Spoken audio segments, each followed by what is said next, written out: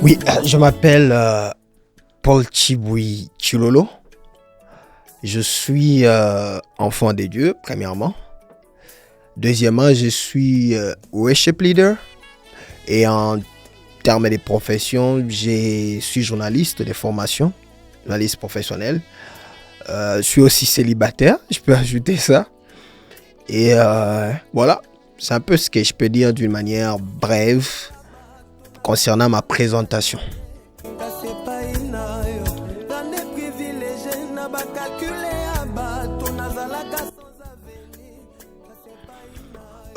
Mon histoire avec le Seigneur, c'est une histoire vraiment très longue, mais je vais essayer un peu de l'abréger.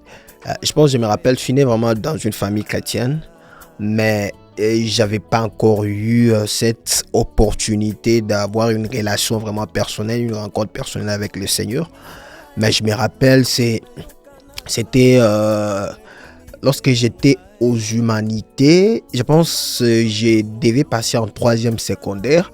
Et j'avais connu un peu des problèmes, des soucis sur le plan social. J'avais quitté là où j'habitais. J'étais allé habiter un quartier qui n'était pas vraiment un quartier bon. Un quartier où j'avais des mauvais amis. Donc j'avais commencé à vivre une vie pas bonne, bien que je provenais d'une famille chrétienne. Et bien que j'étais dans cette vie-là, mais en moi, quelque chose me disait vraiment que c'est pas ça ma place. C'est pas ça la vie que j'étais appelé à vivre. Et un jour, j'ai eu juste ce désir-là de reprendre la vie de l'église parce que c'est vraiment celle avec laquelle j'ai grandi dans ma famille. Et je suis allé, je me rappelle, c'était au centre évangélique Hébron. C'était comme un marathon comme ça. Et c'est le pasteur Cobin, mon père spirituel d'ailleurs, que je salue en passant, qui prêchait. Et il était vraiment en train de parler. Il énumérait une liste des mauvais comportements que les païens ont. Et il était en train de dire, je me rappelle très bien comment il disait telle chose, Dieu n'est pas dans ça, telle chose, Dieu n'est pas dans ça. Et lui, tellement que quand il prêche, pour ceux qui le connaissent, il prêche, il parle vraiment avec autorité et aussi avec, vous sentez vraiment beaucoup d'onction dans la prédication. Moi, dès derrière où j'étais, j'avais été vraiment touché avec cette prédication-là personnellement. Et c'était vraiment comme une rencontre personnelle que j'ai eue avec le Seigneur. Je suis rentré à la maison cette soirée-là, bien que j'habitais toujours dans ce mauvais quartier-là. Bien que je vivais toujours avec des mauvais amis. C'est là commencé à travailler en moi. C'était vraiment comme si le Saint-Esprit, je peux même l'affirmer, était entré dans mon cœur et m'a convaincu vraiment que la vie que j'ai menée n'était pas bonne. J'ai arrêté vraiment toutes ces mauvaises habitudes. J'ai donné ma vie au Seigneur. J'ai même repris la vie de l'église. Je suis retourné donc à l'église. J'ai commencé à fréquenter encore l'église, bien que j'habitais toujours dans cet environnement qui n'était pas bon. Alors c'est un peu là que tout est parti. J'ai aussi pris mon baptême après avoir suivi les enseignements. J'ai pris mon baptême jusqu'à ce que j'ai même commencé à servir le Seigneur dans la chorale.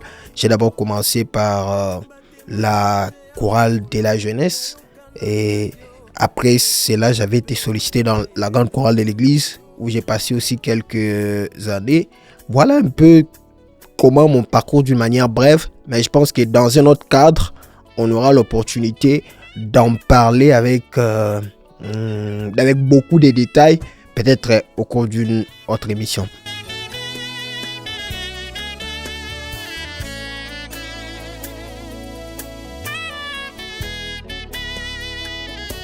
Voilà, l'histoire derrière Ngolou, je vais d'abord préciser que c'est un chant que j'ai écrit. Je suis donc l'auteur et le compositeur de cette chanson. Vraiment, c'est une histoire qui date un peu de longtemps derrière cette chanson. Dès les moments que j'avais donné ma vie au Seigneur, par la grâce de Dieu, vraiment, j'ai mené une vie de sanctification en tant qu'enfant de Dieu. Alors, à chaque fois que je vivais des bonnes choses, à chaque fois que je vivais des exploits, des meilleures choses, moi, dans ma tête, je me disais que je les mérite parce que je suis chrétien, je les mérite parce que je crains Dieu, je les mérite parce que je me sanctifie. J'étais tombé comme dans ce qu'on peut dire l'orgueil de la sanctification. Jusqu'à ce qu'un jour, je me rappelle, c'était au Congo, j'étais à Kin, j'ai marché, je revenais d'un culte et un homme, voilà, je revenais d'un culte. Ce jour-là, je m'étais vraiment réveillé. Il y a des jours où tu te réveilles, tu sens vraiment que non, l'onction bouillonne en toi, tu sens vraiment qu'il y a la présence de Dieu avec toi. Je revenais d'un culte, c'était à Bon Kalamou. J'étais au niveau du repas, j'étais en train de marcher directement, le Seigneur a commencé à me parler en route. Il y a une chose que le Seigneur m'a dit clairement, que j'ai entendu dans mon esprit. Dieu m'a dit, tout argument qu'un enfant de Dieu peut avancer pour justifier, pour expliquer un exploit, un succès ou quoi que ce soit des meilleurs, des bons qui peut arriver dans sa vie, en dehors de la grâce de Dieu, est une forme d'ingratitude. Alors cette phrase-là m'avait beaucoup travaillé la tête. Alors Dieu m'a encore donné beaucoup d'exemples. C'était vraiment une conversation que j'avais eue personnelle avec le Saint-Esprit en route. Et puis Dieu m'a donné un exemple. Par exemple, si tu dis que c'est parce que tu y as un bon diplôme que tu as un bon travail, il faut juste bien checker à tes côtés toutes les personnes avec qui tu as étudié, toutes les personnes même qui étaient plus intelligentes que toi. Est-ce qu'elles ont eu les mêmes opportunités que toi? Pour ceux qui disent je suis la personne la plus belle, voilà pourquoi j'ai un bon mariage. Et alors, il faut se demander, est-ce que toutes les personnes qui ont le même niveau de beauté que toi ont le même mariage que tu as? D'ailleurs, même celles qui sont plus belles que toi, est-ce qu'elles ont le mariage que tu as? Pour ceux qui peuvent dire que non, voilà, je vis ceci parce que je suis discipliné, parce que je prie beaucoup. Mais est-ce que c'est toutes les personnes qui prient comme toi? Est-ce que c'est toutes les personnes qui font les mêmes efforts ou les mêmes sacrifices que toi, qui ont les mêmes résultats que toi? C'est à ce niveau-là que le Seigneur m'a amené à comprendre que ce n'est ni le mérite, ce n'est ni quoi que ce soit, ce n'est que sa grâce. Alors cette phrase-là, cette conversation que j'ai eue avec le Seigneur m'a vraiment conduit à écrire beaucoup de chants. Donc beaucoup de chants, et la chanson Ngolu fait partie des chants qui découlent de vraiment cette instruction, je peux dire, de cette révélation qui était venue de la part du Seigneur. C'est pourquoi dans les chants, j'ai dit, il y a une phrase où j'ai dit, argument nanga Ngolu, yangonde na bénéficié. Donc, pour les succès actuels, pour les succès à venir, beaucoup de questions, tu me demandais pas qu'est-ce que tu as fait, c'est quoi ton secret? Le secret, c'est la grâce de Dieu. L'argument par excellence, c'est la grâce de Dieu. Alors donc c'est ça l'esprit même de ces cantiques. Donc nous glorifions-nous pour la grâce de Dieu et n'ayons que la grâce de Dieu comme argument en tant qu'enfant de Dieu.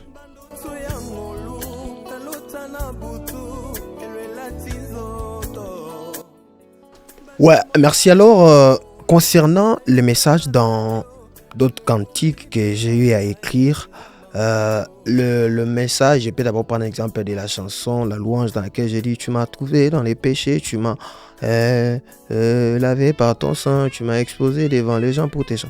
Là, je suis juste en train de relater mon histoire, quelque chose qui est de vécu, parce que je dois l'admettre que j'ai vraiment beaucoup souffert dans ma vie, j'ai vraiment beaucoup souffert dans mon enfance, dans ma jeunesse, et parfois je me disais même que c'est de l'acharnement. Je ne comprends pas comment je peux être victime d'un certain nombre de souffrances. Mais avec le temps, j'ai compris. Le Seigneur m'a vraiment montré pourquoi j'ai eu à vivre tout ça et même pourquoi, même dans les années qui viennent, même actuellement, je peux vivre des combats. Il y a des raisons.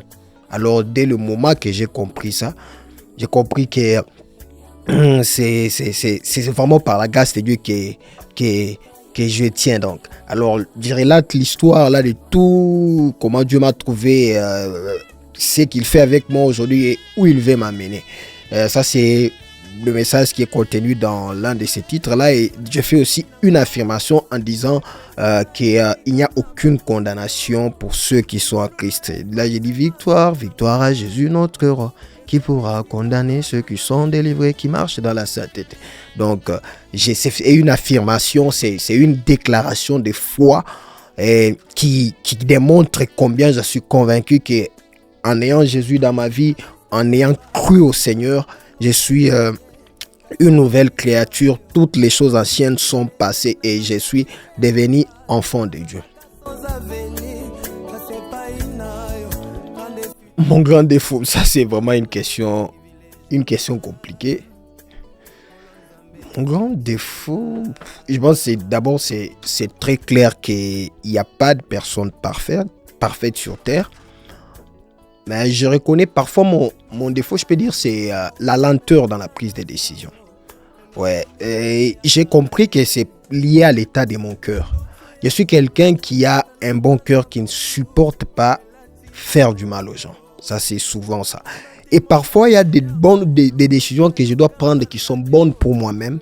Mais une fois que je réalise que cette décision pourrait faire du mal à une personne, parfois, je suis trop lent à prendre ces décisions. Dieu même peut me dire, voilà Paul, telle chose non, telle personne non, ne fréquente pas telle personne, des choses comme ça.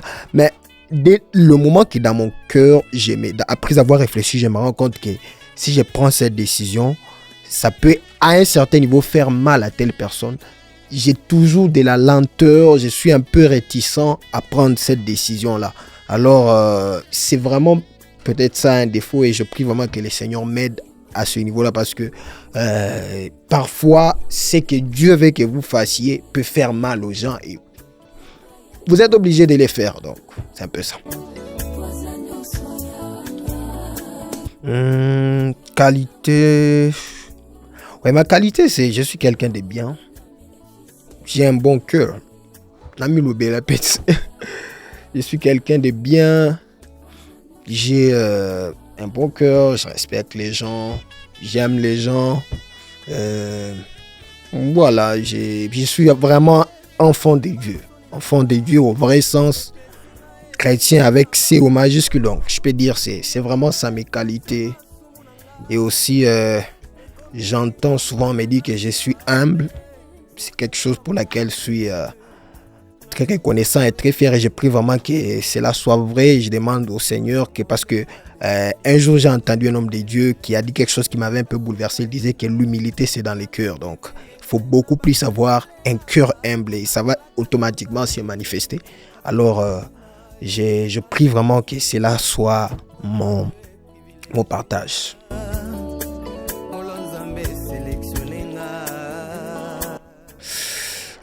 Mon plus grand regret.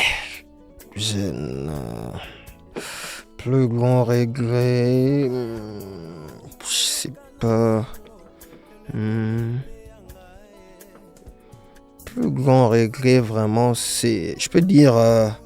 Parfois, c'est parce que je n'ai pas la possibilité ou tous les moyens possibles pour changer les situations difficiles autour de moi et peut-être même dans ma famille. Donc, autour de moi, c'est ce que je peux dire. Parce que je suis quelqu'un qui est sensible à la souffrance des autres. Je ne supporte pas voir quelqu'un souffrir. Je ne supporte pas le malheur des autres. Et je suis toujours fier du bonheur des autres. Donc, mon grand regret, c'est parfois de ne pas avoir toutes les capacités possibles de changer les choses autour de moi, dans mon environnement, que ce soit direct ou indirect. Et c'est vraiment ma prière. Et je crois que le Seigneur me rendra capable de le faire. Ouais, les projets à venir, vraiment par la grâce de Dieu, le Seigneur continue. Le Seigneur qui nous a appelés, qui nous servons avec un cœur humble, continue de nous inspirer et tout ce qu'il mettra vraiment dans notre cœur, nous les mettrons à la disposition de son peuple, même si nous savons que c'est pas facile en termes de moyens, c'est pas aussi facile en termes de soutien, mais par la grâce de Dieu, nous sommes très sûrs que quand Dieu donne la vision, comme on dit, il donne aussi la provision. Donc, comme la vision, l'objectif principal, c'est de le servir et de voir faire sa volonté parfaite pour nous. Je pense que tout ce que le Seigneur mettra dans notre cœur, je ne peux pas le dire avec beaucoup de détails, mais tout ce que le Seigneur mettra dans notre cœur, nous allons faire de notre mieux que cela soit excellent, que ce soit en termes de projets musicaux, en termes d'albums, en termes de production, live, concerts, de tournées, tout ça. Nous ferons vraiment de notre effort que ce soit bien fait pour la gloire du Seigneur. Et aussi nous travaillerons aussi pour continuer à nous améliorer de chaque jour même dans les années qui viennent, pour la gloire du Seigneur. Donc voilà ce que je peux dire pour ça. Dernier mot. Ouais, un dernier mot, c'est juste de remercier toutes les personnes qui nous ont soutenus jusqu'à présent. Merci aussi à ceux qui nous ont aussi combattus, parce que c'est eux qui nous donnent la force de travailler dur pour continuer à avancer. Et à ceux qui nous aiment, parfois, ce que j'ai remarqué dans ce monde est que les gens qui haïssent ont la facilité de démontrer leur haine, et la plupart des gens qui nous aiment, parfois ils gardent cet amour-là à l'intérieur, sans savoir que lorsque ces gens-là peuvent démontrer cet amour, cela peut encourager une personne dans un parcours et surtout dans l'œuvre de Dieu. Donc, si vous nous aimez, il ne faut pas hésiter de nous démontrer, ça nous encourage, et aussi de nous soutenir dans vos prières, et aussi s'abonner massivement sur toutes nos pages, ma chaîne YouTube, Paul Chibouye officiel, sur ma page Facebook, TikTok, et aussi TikTok, Instagram. J'ai aussi une page Third, je ne sais pas même d'ailleurs comment prononcer ça, je crois que c'est Third.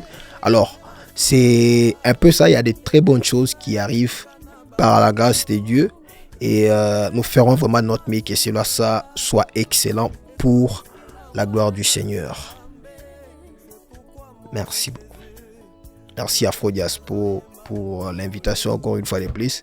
Et chaque fois que vous aurez besoin de nous, nous serons toujours disponibles. Merci.